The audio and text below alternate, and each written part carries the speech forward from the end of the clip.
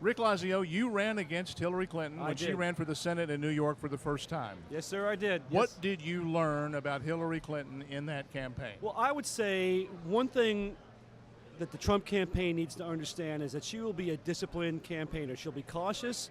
She'll have a hardened campaign team. These are people that have been through tough battles before, that will be ruthless in the execution of their plan, that will exploit any mistake or error that they make.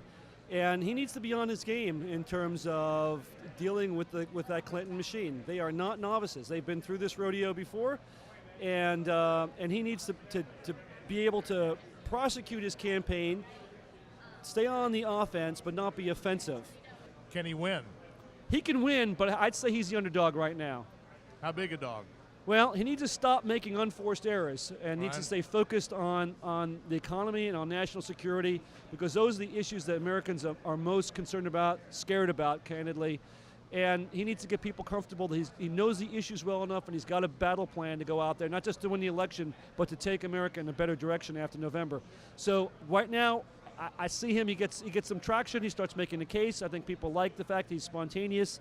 He looks like he's genuine. He's true to himself.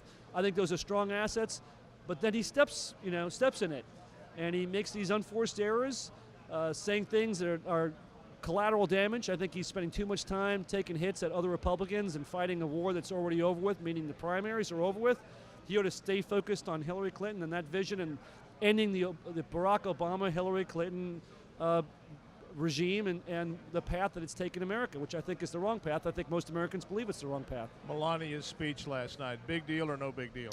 I think she actually gave a very good speech. But you know what I'm asking I know what about. you're talking about. And I think it's, again, an unforced error, stepped on the message for the first day of the convention. Very unfortunate. Clearly an error that is a reflection on the organization of the campaign. And, somebody ought to be fired for it. I haven't seen it happen yet, but, I saw earlier today some statement that the Trump campaign that nobody's going to be fired. Yeah, so I think people want to see accountability. So that was obviously either a speechwriter that was lazy and pulled it and someone didn't check it, or, there's lots of people in the communications effort in a presidential campaign. I was very involved in the Romney campaign, so I can tell you that firsthand.